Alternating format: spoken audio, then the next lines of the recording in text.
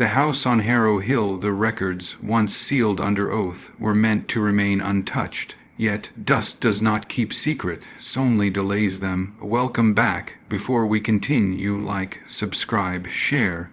The first mention of the Ashford family appears in the parish census of 1834, recorded in the brittle ink of Reverend Halden's ledger.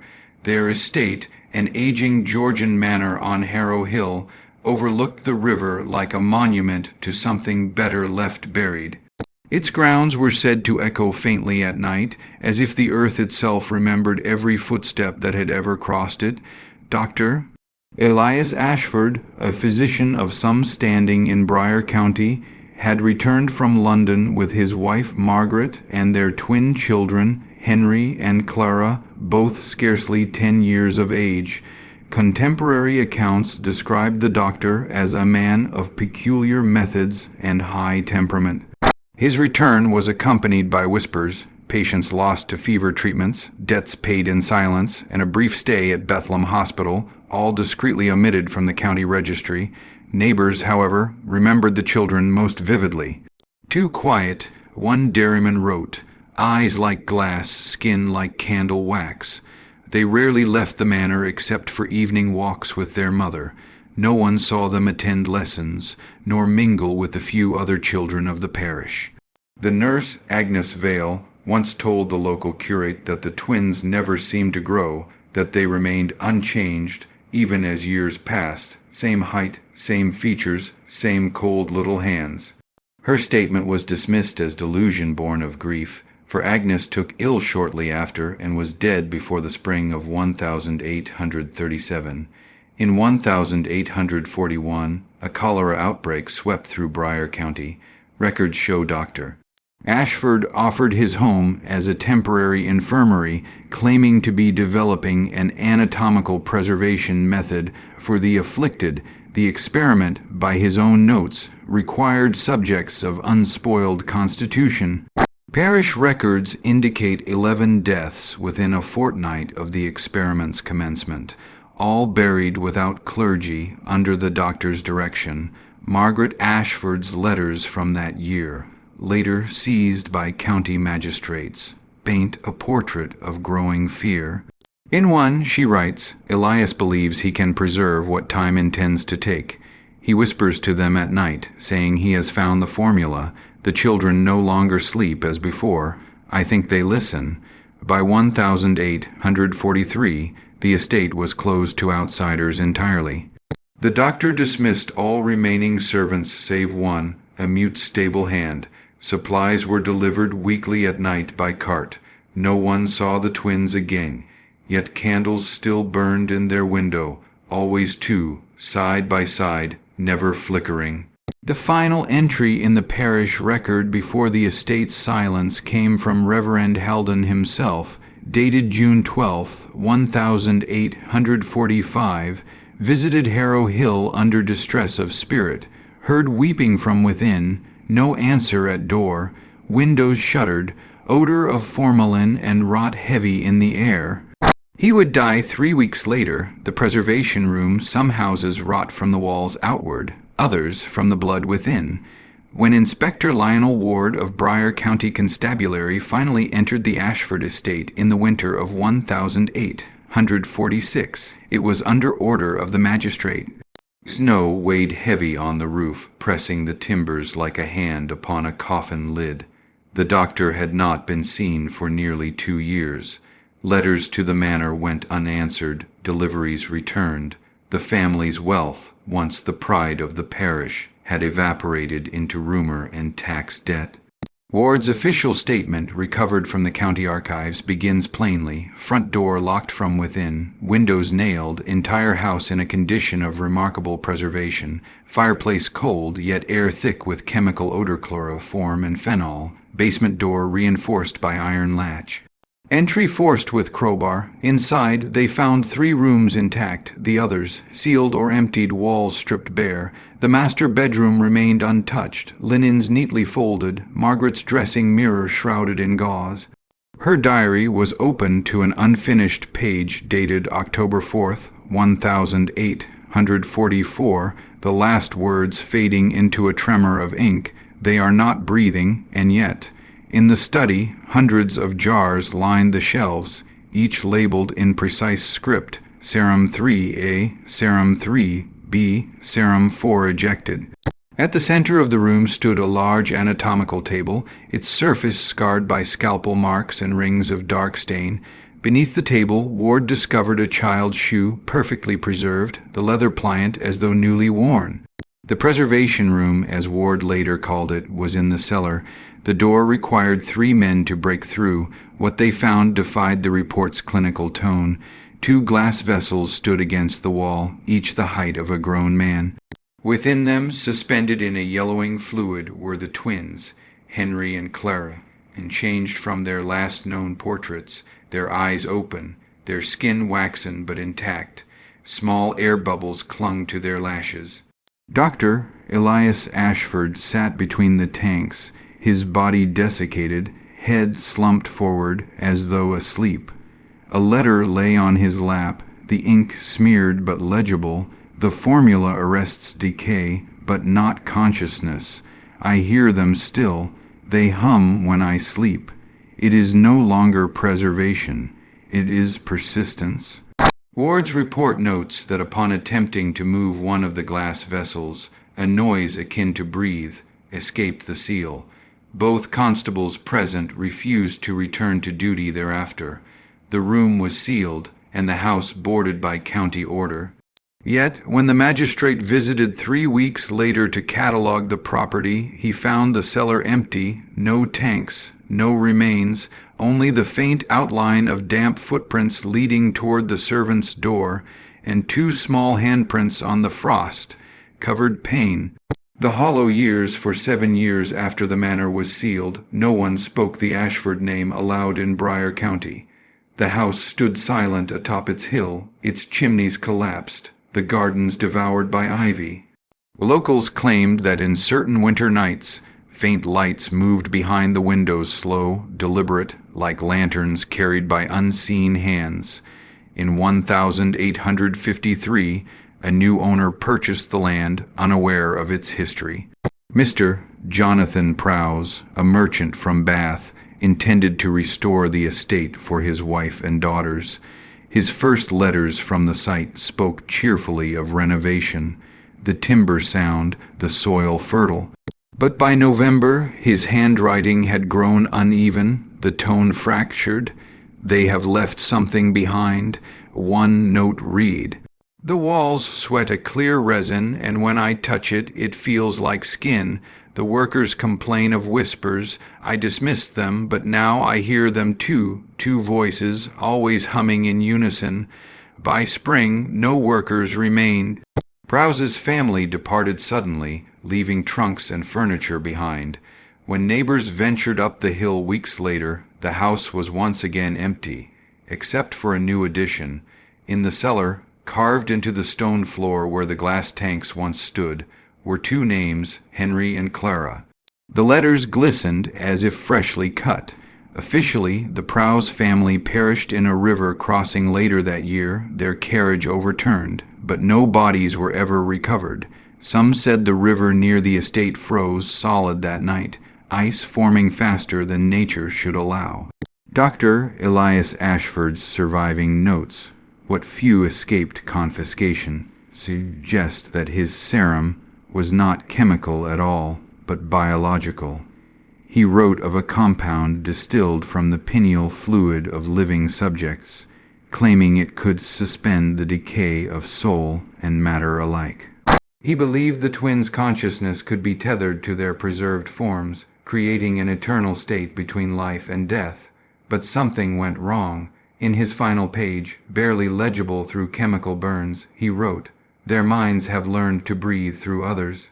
By 1860, every occupant who attempted to live in the house reported the same night. Mare, a small boy and girl standing by the bed, their faces pressed together, whispering in a voice that sounded like one shared throat. The dreams grew worse until the tenants fled. In the decades that followed, the land changed hands 6 times, each owner staying shorter than the last. Fires started without cause, glass fogged from the inside. Children from the nearby parish disappear, always in pairs. Today, the foundations of Ashford Manor lie beneath the woods near St. Dunwich Hollow, a forgotten stretch of rural England.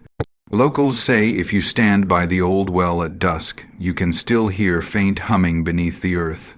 Two voices, endlessly echoing each other, searching for breath they no longer need.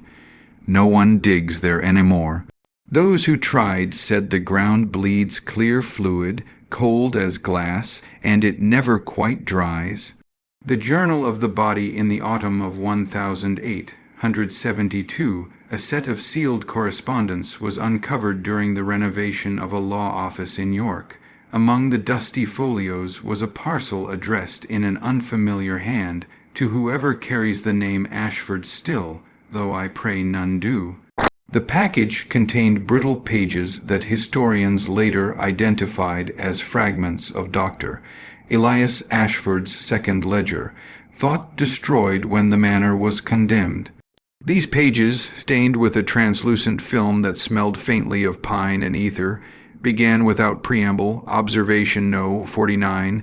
The serum does not halt decay, it merely translates it. What the flesh abandons, the mind assumes. What follows reads less like science and more like confession.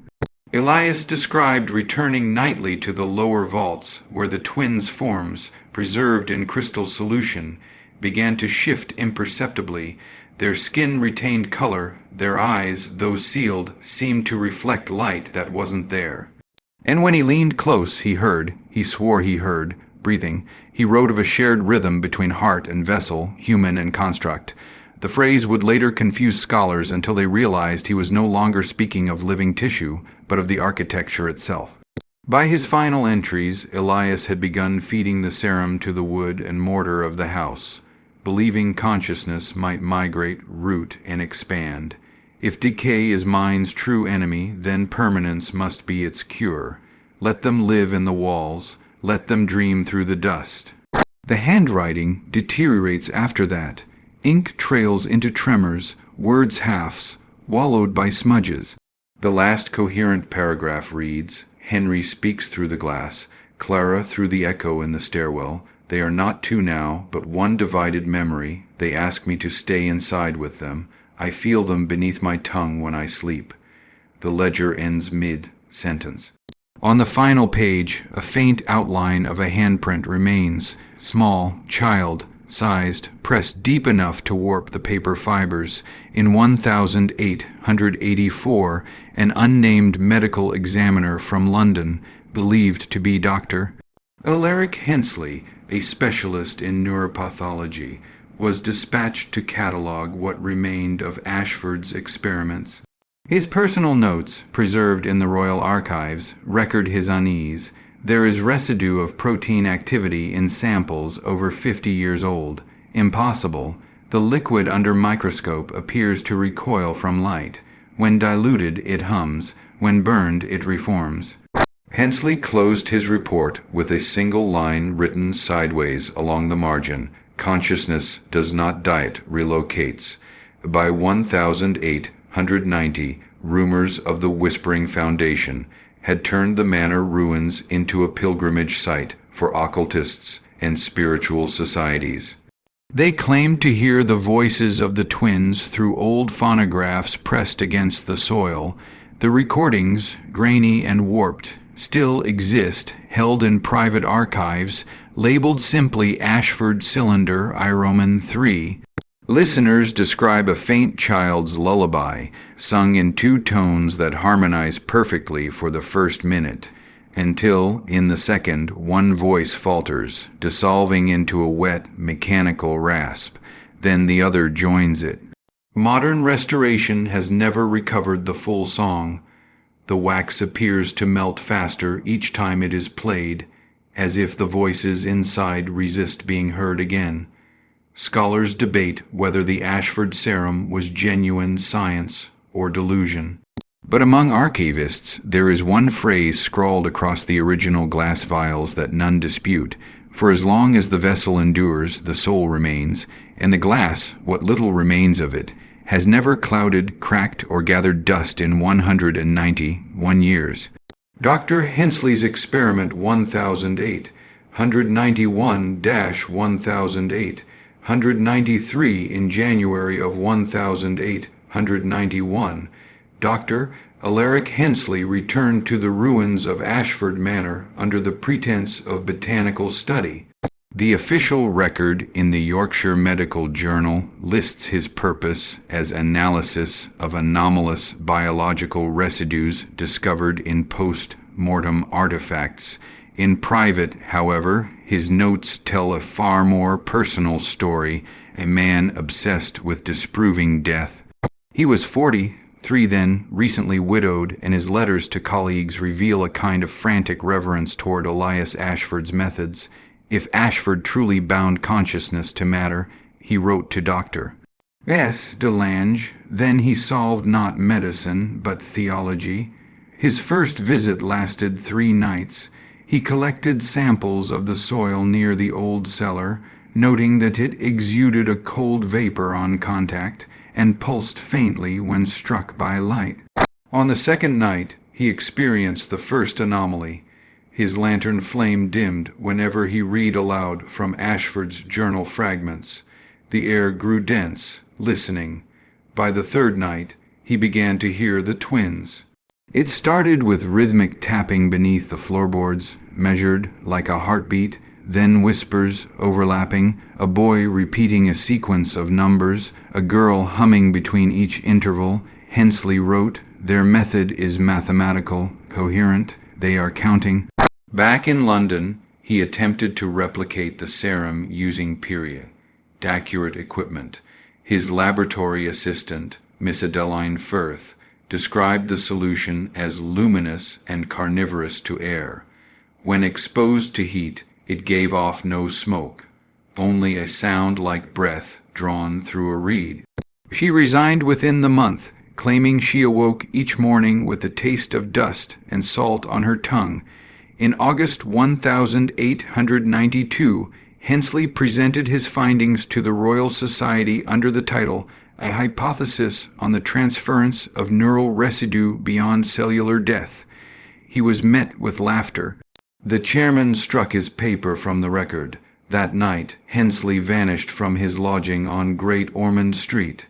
His rooms were found undisturbed, save for a single wet footprint leading toward the fireplace, and the faint hum of children recorded by the landlady's baby monitor, which she had used as an improvised dictaphone.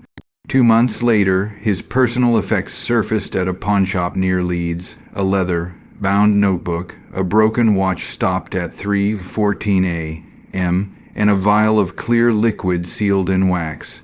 The shopkeeper described the man who sold them as gray-eyed, pale, and softly humming. The final entry in Hensley's notebook reads, "The house breathes through me now. The serum is not preservation. It is invitation. They do not want to die alone." Afterward, reports spread through northern England of travelers encountering a figure resembling Hensley, wandering old churchyards with twin shadows cast against a single body.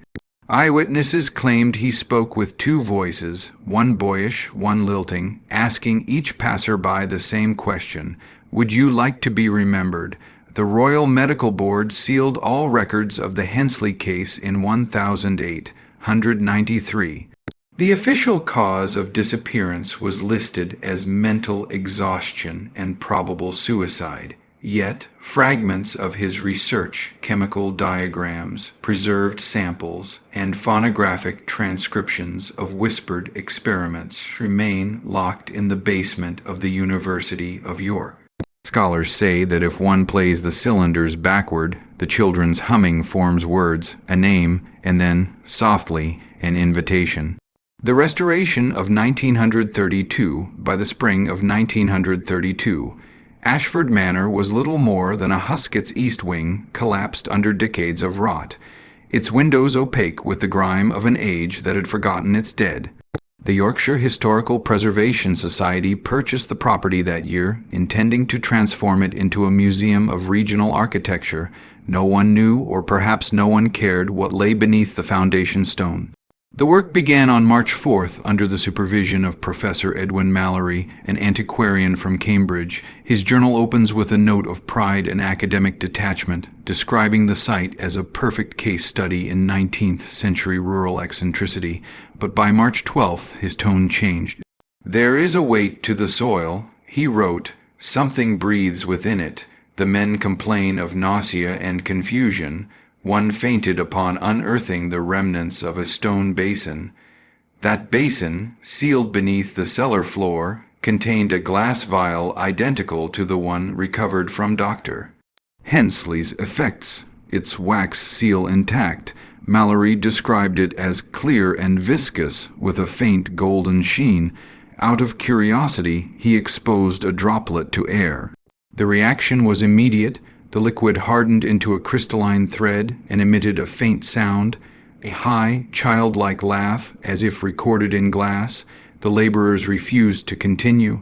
Mallory dismissed them, opting to continue alone with his assistant, Thomas Greeley, a student of chemical preservation. Together they established a small field laboratory in the West Wing. Over the next several nights, Mallory's notes grew more erratic. "The air in the house changes with the moon," he wrote on March 17th. "When the light strikes the old nursery walls, the paint ripples, and for a moment the wallpaper seems new again. Flowers bright, dust gone, then the voices return, two of them, always two." On March 20th, Greeley began recording the sounds using a mechanical phonograph. The wax cylinders captured faint murmurs, children repeating arithmetic, as though rehearsing a lesson. At the 47-second mark, both voices stopped. Then a third voice, adult, trembling, whispered, "Doctor." Mallory's hand in the following entry had grown shaky. "They know me. They call me doctor, though I am not. Perhaps in their memory I am someone else. I feel the warmth of another life beneath my skin, something half remembered." 3 days later, the society received a telegram from Mallory's estate manager. "Professor missing, site abandoned, equipment left running." When inspectors arrived, they found no trace of him or Greeley. The phonograph still played the same recording, looped endlessly. The crystalline residue from the vial had spread, web-like, across the room, bonding wood to glass, dust to air. It took 6 men to tear up the flooring, and when they did, they found a hollow cavity filled with clear resin, inside which rested a man's hand clutching a fountain pen. The ink was fresh. On the wall above, scrawled in uneven script, were the words, "Do not unearth what wishes to stay buried. We are all experiments now." After that, the society quietly withdrew its funding. The restoration was never completed. The manor was left to collapse piece by piece into the moor. Yet in 1934, a posthumous article by an unnamed reviewer appeared in the Cambridge Antiquarian Quarterly, summarizing Mallory's incomplete notes.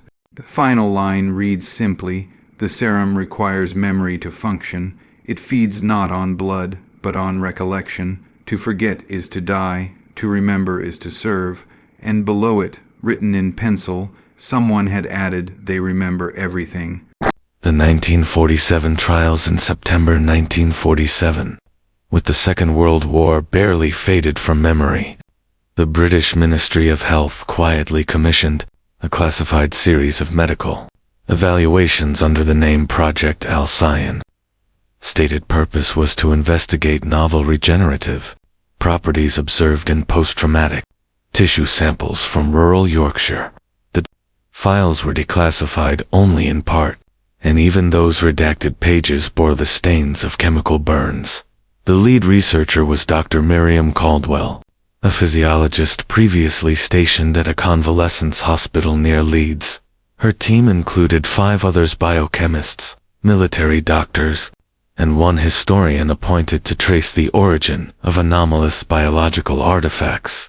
That historian's surname was Mallory, nephew of the same Edwin Mallory, who vanished 15 years earlier. Caldwell's first entry is procedural: blood assays, enzymatic charts, tissue slides cataloged by temperature and decay rate. But then, on October 2nd, she makes an odd notation. Sample number 9 maintains cellular cohesion at 48 hours. Microscopy reveals a lattice-like structure forming between hemoglobin cells, translucent and crystalline. Residue matches description of Hensley compound.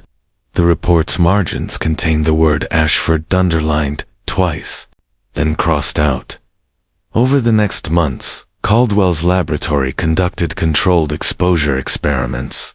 Volunteers, referred to only as patients, were injected with a diluted extract of the recovered substance. The results were neither healing nor decayed. They were suspensions, bodies neither living nor dead, pulses faint but rhythmic, as though the heart sought some other clock to follow. In a memorandum dated November 19th, Caldwell notes, "Their eyes remain open even in induced sleep. They respond to voices of those long deceased. When questioned, each subject recalls memories, not their own." The historian Mallory was the first to recognize the pattern. The repetition of birth dates from the Ashford Household Registry, 1834 to 1851, when he confronted Caldwell. She dismissed it as suggestive contamination, a psychological reaction among the staff. But his later diary, found decades afterward in a locked drawer of the old Manchester infirmary, tells another story. "I dream in another century," he wrote. "Children's voices repeat arithmetic tables. When I wake, I know things I have never studied, chemical ratios, burial records, hymns half forgotten. The serum does not heal. It inhabits." By December 10th, one of the subjects, a 12-year-old boy injured in a factory explosion, began speaking fluent Latin, though he had never attended school. Witnesses said his tone was precise, measured, and distinctly adult. Caldwell recorded his statements. The final transcription reads, "We were left unfinished. You keep waking us." The next morning, the entire laboratory wing was found sealed from the inside. The guards who broke in described an acrid smell and a low, oscillating hum like two voices singing in alternating breaths. The experiment files were later marked lost in fire. Officially, Project Alcyon never existed. Yet in 1953, a requisition form from the ministry's biochemical division references Ashford compound, residual lattice cultures, under controlled storage. It was signed in a trembling hand by Dr. M. Caldwell, though she had been declared deceased 3 years earlier. Her autopsy, conducted quietly, revealed an impossible finding: no trace of blood, only a fine amber fluid that crystallized when exposed to air. And her eyes, both irises, were clouded with translucent film, forming a distinct twin ring pattern. The attending pathologist sealed her remains and requested immediate cremation. But in a handwritten footnote, preserved in the margin of his report, he left one final line: "Her pupils moved after death. They were looking at someone behind me." The 1968 archive. In the late summer of 1968, a freak storm exposed the remains of an underground annex behind the old Ashford estate. The land, long abandoned, had been leased to the Ministry of Works for Agricultural Development. When the soil eroded, workers uncovered a buried iron door, stamped with the faded insignia of the Royal Medical Corps. A local archivist named Helen Dorsey, then 29, was called to catalog whatever remained inside before demolition. What she found has since been described, in whispers, as the single most disturbing recovery of post-war Britain. Inside lay hundreds of decaying boxers, each marked with a hand-painted symbol, a pair of interlocking circles. Within them, brittle files catalogued Project Alcyon in its entirety. The documents were still damp, the ink smeared in places, but much was legible. Some of it read more like confession than research. Subjects no longer distinguish between waking and recall. One page noted, "Each recitation strengthens the lattice. They call it the mirror room." Dorsey worked through the night, fascinated. Among the items she listed were, for phonograph cylinders labeled, Hensley inverted, a child's notebook, filled with arithmetic tables rewritten backward, a sealed glass vial with a faint amber residue, 2 preserved hearts, suspended in crystalline fluid fused together at the atria. The next morning, she filed a preliminary report to the ministry. By that evening, 3 men from the Defense Scientific Service arrived at the excavation site and ordered all materials transferred to London. Dorsey protested. She claimed the discovery belonged to the National Archive, but they ignored her. That night, she stayed behind to make carbon copies of several documents. In one, she later recounted, she found a transcript dated October 14, 1948, the supposed final interview between Dr. Caldwell and an unnamed Subject 12. Caldwell: what do you see when the serum takes hold? Subject: myself. Then not myself. We trade faces until no one is left. Caldwell: and the children. Subject: they're not children. Their time remembering itself. Dorsey kept that transcript. For weeks after, she reported strange auditory phenomena in her flat clicking faint humming, and what she described as a sound like chalk dragging over a desk. On September 2nd, she vanished from her home. Her landlord found her tape recorder still running. The recording begins with her breathing, slow and uneven, then silence. At the 31-second mark, voices speak in unison. We remember her now. The ministry denied knowledge of the incident.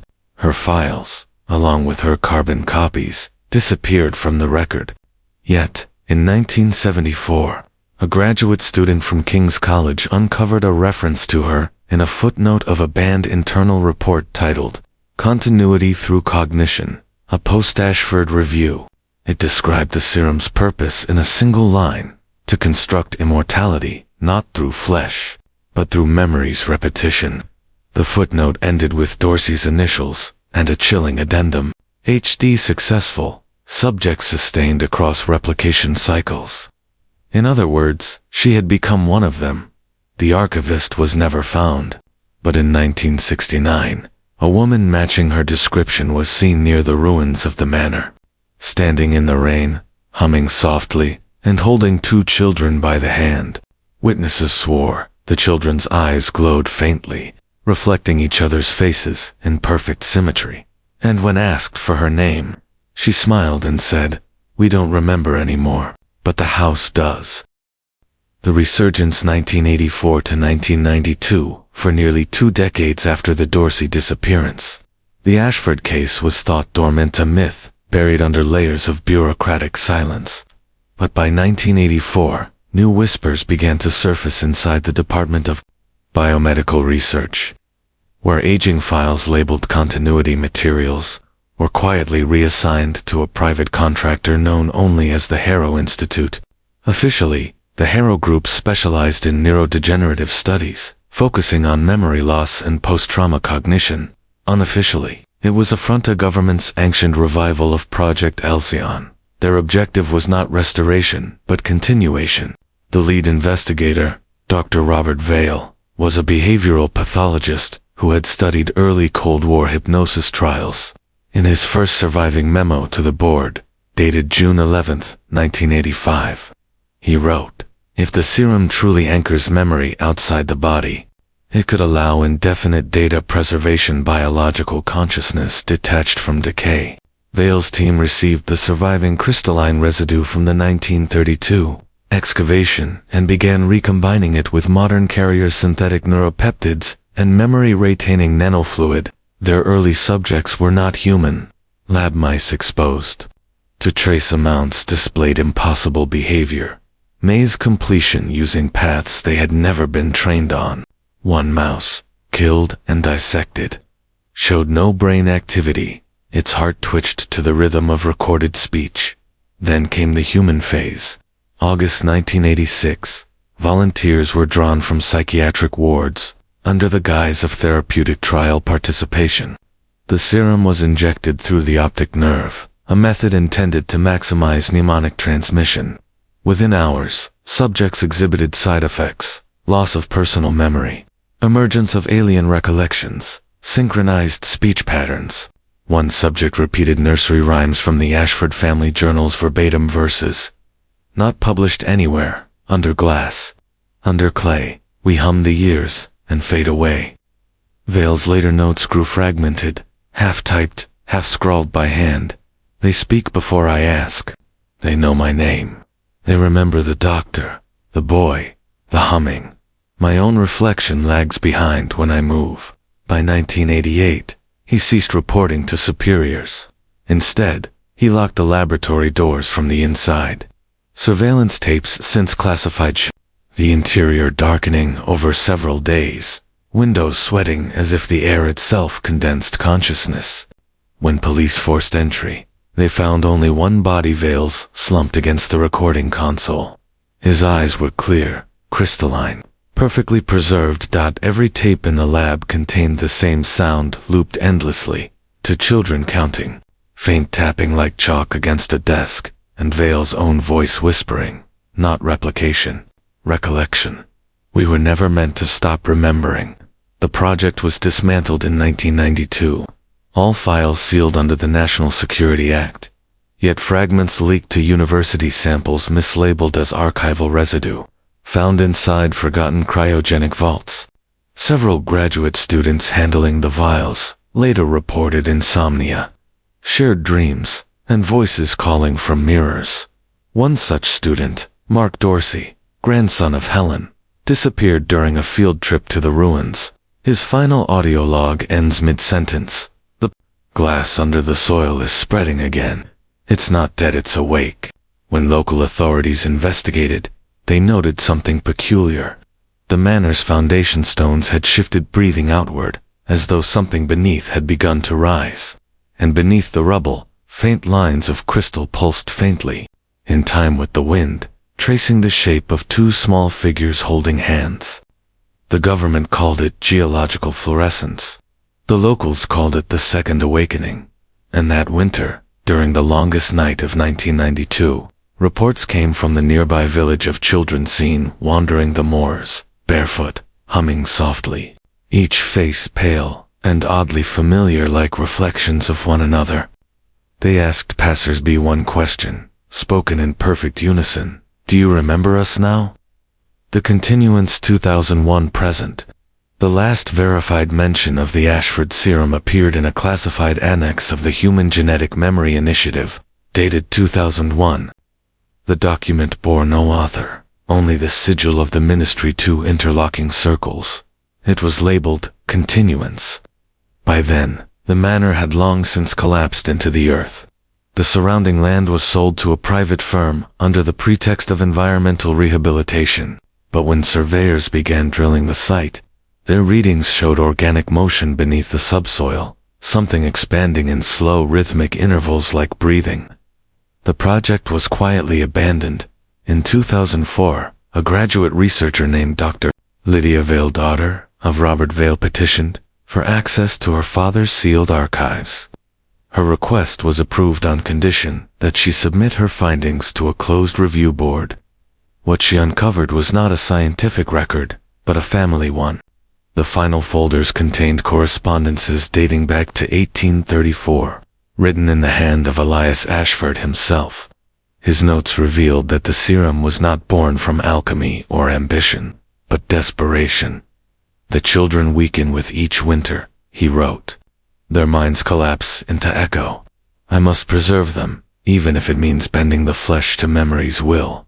Each generation since had tried to correct the failure. Hensley, Mallory, Caldwell, Vale, but they were all, in truth, continuations of one unbroken experiment. The serum was never a cure, never a resurrection. It was a method of storage, the human mind recorded upon the body, like grooves upon wax. Each iteration overrode the last, until identity itself was a composite echo. Lydia's recordings grew increasingly disturbed. In her final audio entry, recovered from her laptop in 2009, her voice trembles. They aren't haunting us. We are haunting them. Each memory carried forward is a reanimation, a host body repeating an ancestral dream. I saw my father last night. His eyes were glass, but he spoke through my mouth. That same year, her laboratory at King's College was evacuated after a containment breach. Witnesses described a sudden drop in temperature and a faint humming throughout the air vents, like children reciting lessons. No physical remains were found, only faint crystalline dust coating the instruments. Today, the Ashford estate is gone, yet reports persist from hikers, farmers, and late-night drivers on the North Yorkshire moors. They speak of twin figures walking hand in hand near the ruins when the fog is low. They do not age, do not tire. Some claim they carry a vial between them, glinting gold beneath the moonlight, and sometimes when the air is still, you can hear the faintest of voices drifting through the mist. To remember is to remain.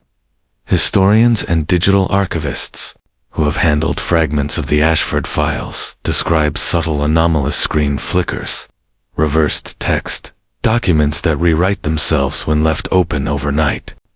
The file metadata always bears the same creation date, October 31st, 1834.